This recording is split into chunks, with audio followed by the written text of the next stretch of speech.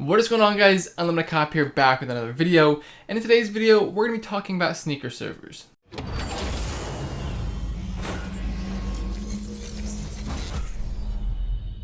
Now before we get into the video, guys, if you guys don't know who I am, my name is Hunter or UnlimitedCop, and I make videos going over streetwear, Supreme, botting, reselling, and a whole bunch of other things. If you guys do enjoy this video or help you guys out in any way, be sure to check out some other videos. Now before we get into it, guys, I kind of want to break down what a server actually is and why you guys would need one. So at its very simplest form, guys, all a server is going to be a computer hosted in a data center that you guys can use to run your bots on.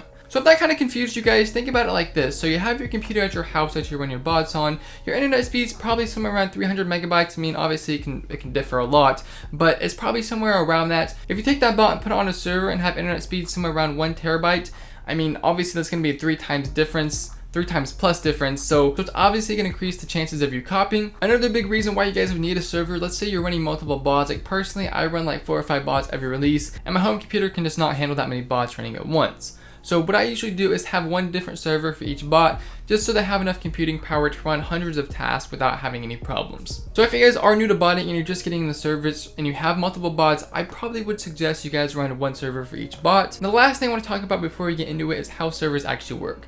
At its very simplest form, guys, I know I said this, but it's going to be your home computer located in a data center so it gets faster network speeds. It's going to get faster network speeds, and you're going to be able to run your bots more efficiently because it's using their resources. Whereas if you're using your home computer, you're probably not going to have the best internet speeds, and you're probably going to be running other things like you have Google Chrome open or something, or Discord, which is going to take away from the computing power for your bot. So if you guys do think you need a server, I would probably suggest doing so, just because you're going to be able to run your bots at a higher efficiency. So now that you guys are kind of familiar with servers and how they work, let's move on to server providers. So for the sake of this video, guys, I'm only going to be going over the popular server providers. There's literally hundreds of them on Google. If you guys don't like the ones I say in this video, I mean, you can do your own research and see what server provider works best for you. But if you are a brand new beginner, I would probably suggest using the ones I say in the video. So the first provider we have is going to be Google Cloud, also known as G Cloud. This is a very easy to use provider. I'm actually going to be showing you guys how to set up a server in it later in this video. That should give you guys a $300 credit to get you started, which is probably going to last you like 6 or 7 months. So it's definitely a good option for you brand new beginners.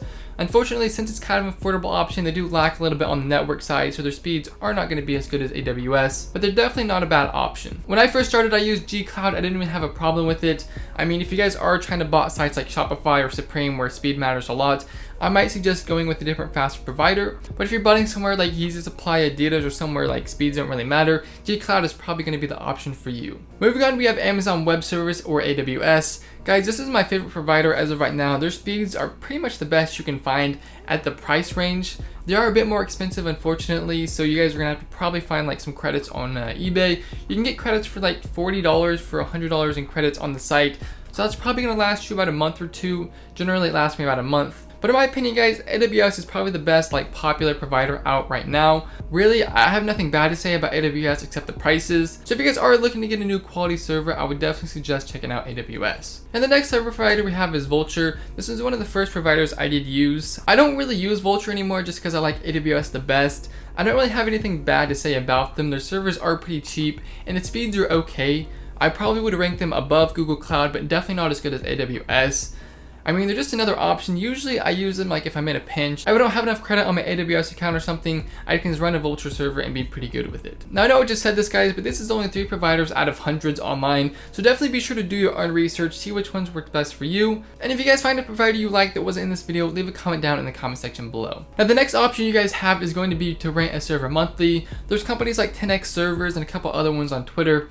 Personally, I don't really like doing this just because if there's a bad month or something and you can't use your server, you're basically wasting $50 to $100. I don't really do it anymore. I mean, maybe if it's a crazy month, I'll rent out a server, but it's not usually worth it in my opinion, because you can just rent out an AWS server for like $10 for the drop, so it's not very expensive. But if you guys are interested in running like a monthly server, you can definitely search it up on Google and find a pretty cheap one. Be careful with that, guys, because if you're running a monthly server and it sucks, you have to pay for it for the whole month, so you're basically getting screwed. So be sure to do your research before you pay up front. Now let's move on to the location of the server. Now the location of a server is a pretty important factor in the speeds, just because you want it as close to the actual Shopify server or Supreme server as you can get. So I probably would suggest going with Virginia just because most Shopify servers are going to be located there. So if your server is located in Virginia, you're obviously going to want your proxies to be located as close as possible.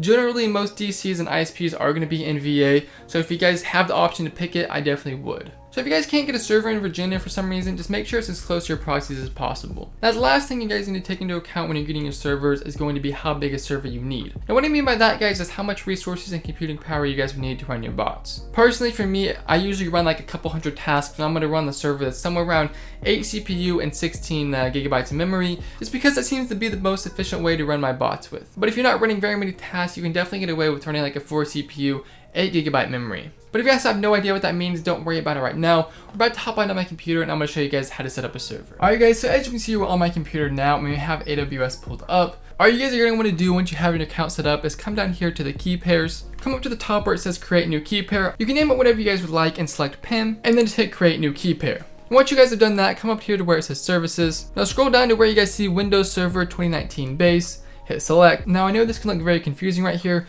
but just simply scroll down to where you guys see C4.2XL. This is a server I usually use right here. If you aren't running a lot of tasks, you guys can go down one to the C4.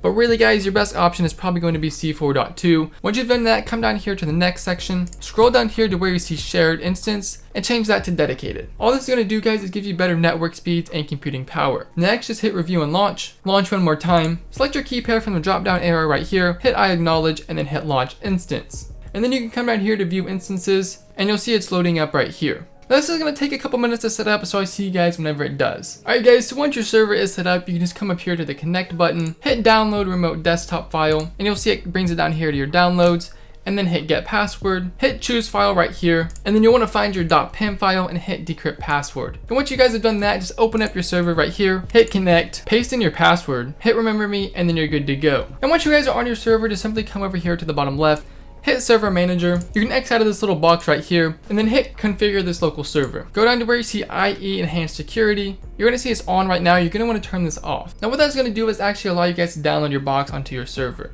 Next, head back to the dashboard and hit add roles. You're going to want to come down to where you see server selection, and then features, and then click on net framework. Hit next, then hit install. Now that's pretty much all there is to it guys. Once you guys have done that, just simply download Chrome onto your server, then download your bot and you're pretty much good to go. If you guys have any questions or anything that didn't answer in this video, be sure to leave a comment down in the comment section below. And as always guys, if it did help you guys out in any way in this video, please be sure to leave a like down below and hit that subscribe button for more content. Also guys, if you guys have not heard already, OmniProxies is live right now. Link in the description below. Use code UC for 5% off your order.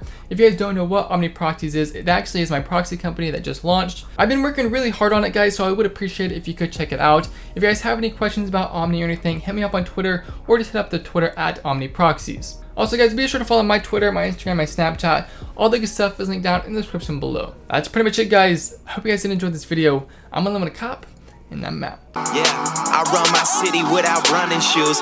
You ain't gotta wonder who. All these rappers sound the same. Damn, there is a ton of you. I just smirked the competition, did it right in front of you. Before I even learned to count, I kept it 100 too. I be on my Kendrick shit, really about to humble you. Never ever drop the ball, no, I never fumbled.